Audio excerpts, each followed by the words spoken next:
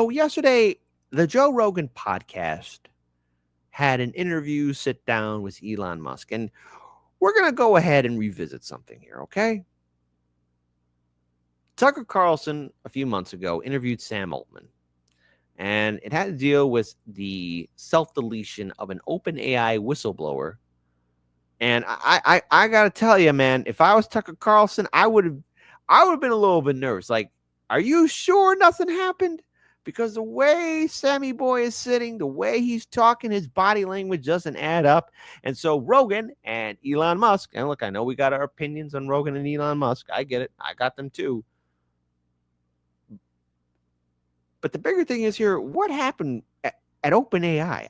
I got to know. An inquiring mind wants to know. So let's go and pull up this video here because, man, it don't add up. It really don't add up. So we were talking about this interview with Sam Altman and Tucker, and I was like, we should probably just talk about this on the air because it is one of the craziest interviews I think I've ever seen in my life. Yeah. Where Tucker starts bringing up this guy who was a whistleblower like or whatever. A whistleblower who, committed suicide but doesn't look like it. And he's talking to Sam Altman about this, and Sam Altman was like, "Are you accusing me?" He's like, No, I'm not. I'm just saying I think someone killed him." Yeah, and should be investigated. Yeah, not just drop the case. It seems like they just dropped the case. Yeah. But his parents think he was murdered. Yeah. The wires to a security camera were cut. Blood in two rooms. Someone else's wig was in the room. Someone else's wig. Wig. Yes. Not normal. His wig. Not normal to have a wig laying around. Yes. And he ordered DoorDash right before allegedly committing suicide. Yeah. Which seems unusual. Yeah. It's like, let's. It don't add up. I'm telling you, it don't add up. I'm telling you, it don't add up. And why it doesn't add up? I'll tell you why. This is why. This is that interview we're talking about. So you had complaints from one programmer who said you guys were basically stealing people's stuff and not paying them, and then he wound up murdered. What was that? Also a great tragedy. He committed suicide. Do you think he committed suicide? I really do. Have you looked? This was like a friend of mine. This is like a guy that, and not a close friend, but this is someone that worked at OpenAI for a very long time. I was really shaken by this tragedy. I spent a lot of time trying to read everything I could, as I'm sure you and others did too, about what happened. It looks like a suicide to me. Why does it look like a suicide? It was a gun he had purchased. It was this is like gruesome to talk about, but I read the whole medical record. Does it not look like one to you? No, he was definitely murdered, I think. There were signs of a struggle, of course. Of course, Tucker's bringing up signs of a struggle. Of course, the surveillance camera, the wires had been cut. He had just ordered takeout food, come back from a vacation with his friends on Catalina Island. No indication at all that he was suicidal, no note, and no behavior. He had just spoken to a family member on the phone, and then he's found dead with blood in multiple rooms. So that's impossible. Seems really obvious he was murdered. Have you talked to the authorities about it? I have not talked to the authorities about it. Questionable. I'm going to order pizza on second thoughts, I'll kill myself. It seems like that's a very rapid change in mindset. It's very weird, and especially the parents they don't believe he committed suicide at all. He has no note or anything. No. Yeah. It seems pretty fucked up. And, the idea that a whistleblower for an enormous AI company that's worth billions of dollars might get whacked, that's not outside the pale. I mean, it's straight out of a movie. Right out of a movie, but right out of a movie is real sometimes. Yeah, right. Exactly. Right? It's like, it's a little weird that I think they should do a proper investigation. Like, what's the downside on that proper investigation? Right. No. Yeah. For sure. Yeah, But the whole exchange is so bizarre. Yeah. It is. Sam Altman's reaction to being accused of murder is bizarre. Look, I don't know if he's guilty, but it's not possible to look more guilty. So I'm like... Or look more weird. Yeah. Maybe it's just his social thing. Like, maybe he's just odd with confrontation, and it just goes blank. But if somebody was accusing me of killing Jamie, like if Jamie was a whistleblower and Jamie got whacked... Oh, Jamie, run, man. Run, man. He just dropped your name. odd with confrontation, and it just goes blank, you know. But if somebody was accusing me of killing Jamie, like if Jamie was a whistleblower and Jamie got whacked, and then I'd be like, wait, are you accusing me of killing my friend? Like, what the fuck are you talking about? I would be a little bit more irate. Yeah, exactly. You know, I would be a little upset. It'd be like, you'd certainly insist on a thorough investigation. Yeah. As opposed to trying to sweep it under the rug. Hey, Jamie, can you look that up for me? Also, pull up that image of that praying mantis eating that lizard. Yeah, I wouldn't assume that he committed suicide. I would be suspicious. If Tucker was telling me that aspect of the story, I'd be like, that does seem like a murder. Fuck, we should look into this. I mean, all signs point to it being a murder. Not saying, Sam Altman had anything to do with the murder, but blood in 2 rooms. But blood in 2 rooms, there's the wires to the security camera and the DoorDash being ordered right before suicide. No suicide note. His parents think he was murdered, and the people that I know who knew him said he was not suicidal. Questionable. Always questionable, and question everything. Mother claims he was murdered on your orders. Now, the thing is, there has been these accusations and allegations from the family saying that, the company do this because he was a whistleblower, and there were some concerns. Do you believe that? I'm asking. I mean, again, look at the response here. Do you believe that? Like, I'd be like, what? No. On your orders. Do you believe that?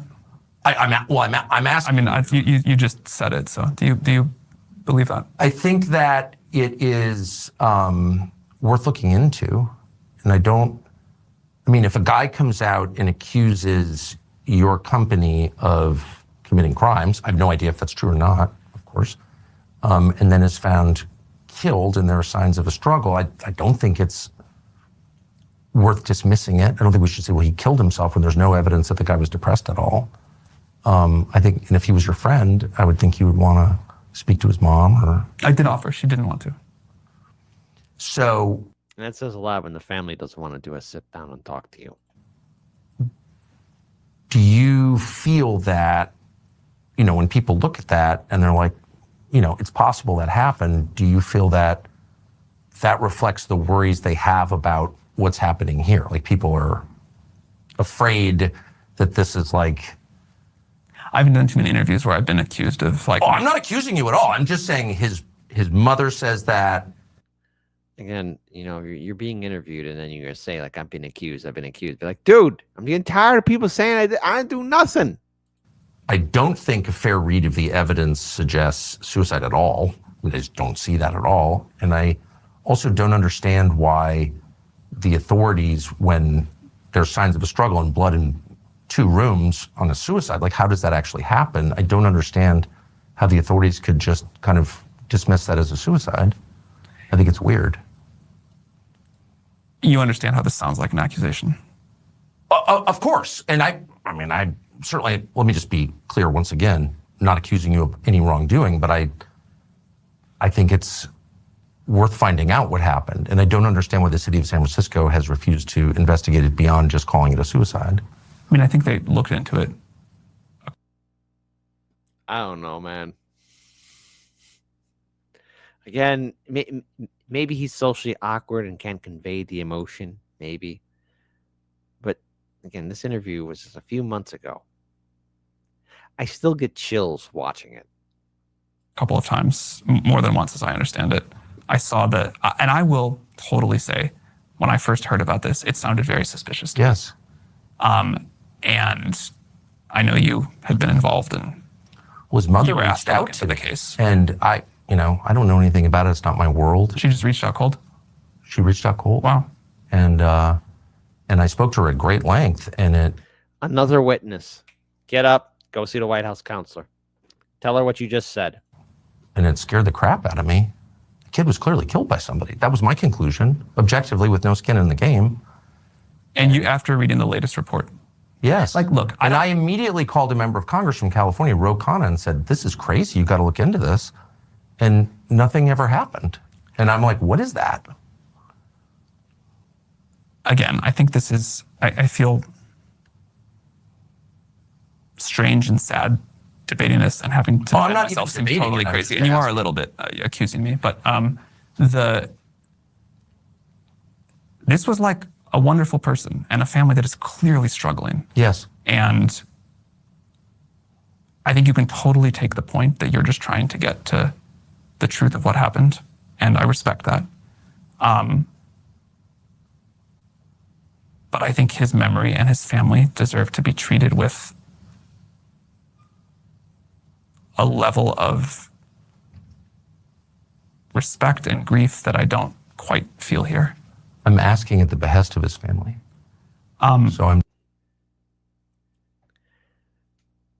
Now, this was the video that both Joe Rogan and Elon Musk were commenting on.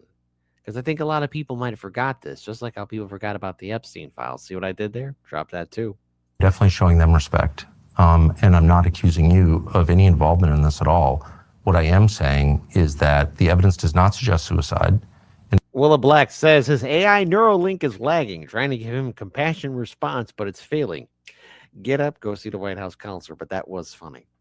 For the authorities in your city to elide past that and ignore the evidence that any reasonable person would say adds up to a murder, I think is very weird, and it shakes the faith that one has in our system's ability to respond to the facts.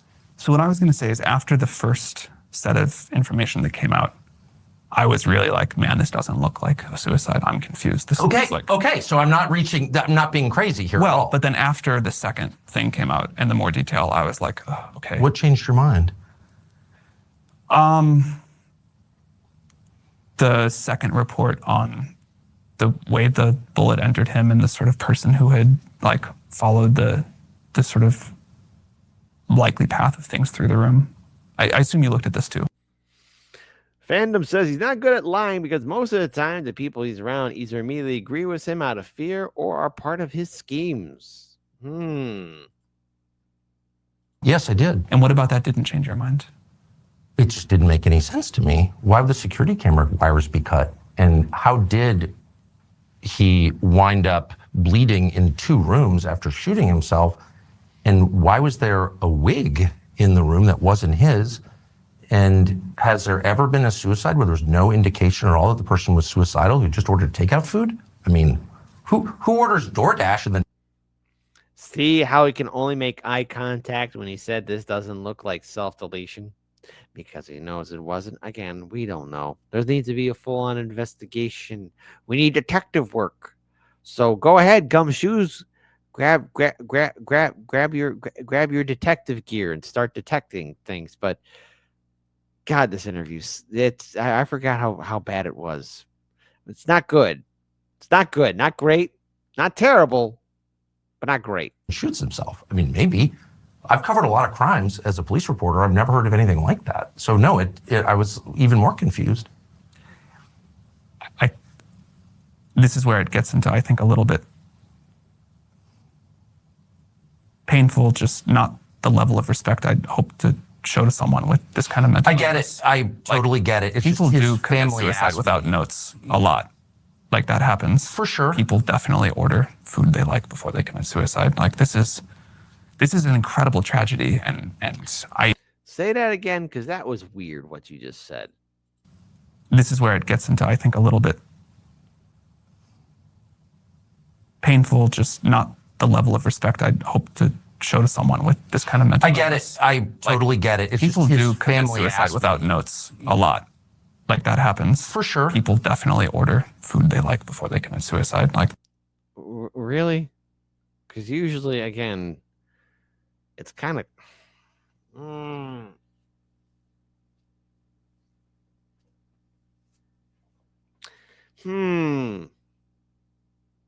Wouldn't he want to eat the food first, his last meal, because he liked it, and then go? I mean, that's kind of like the thought that's going on in my head. Like, wouldn't he want to eat the food first and then go? Would he want to do that? I mean, that's what I'm thinking here with my brain. That's what I'm thinking here, you know? I'm just thinking like, how do we do this? Just think, kid, think. This is an incredible tragedy, and That's his family's view, and they think it was a murder, and that's why I'm asking the question. If I were his family, I am sure I would want answers, and I'm sure I would not be satisfied with really any. I mean, there's nothing that would comfort me in that, you know? Right. Like, so I get it. I also care a lot about respect to him. Bad cookies. Once again, go visit the White House counselor. But you go on the right. After a thorough investigation and funding from Sam Altman, we have discovered that the unaliver was Carmen Sandiego. Carmen Sandiego. We have a whole team searching for her. Any tips will help.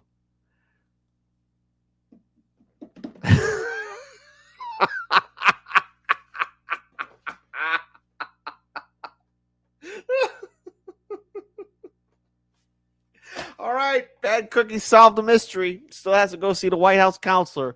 But there you go. We know who our suspect is. Carmen Sandiego from the hit video game that you used to play without your teachers noticing in the computer room.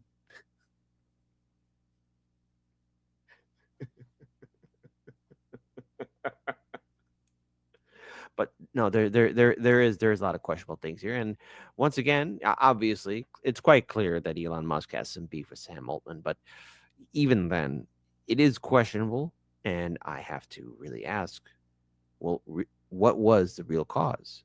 Because people forgot that this was a huge deal, because there's been some questions about OpenAI, and especially for the privacy, especially when people use such technology.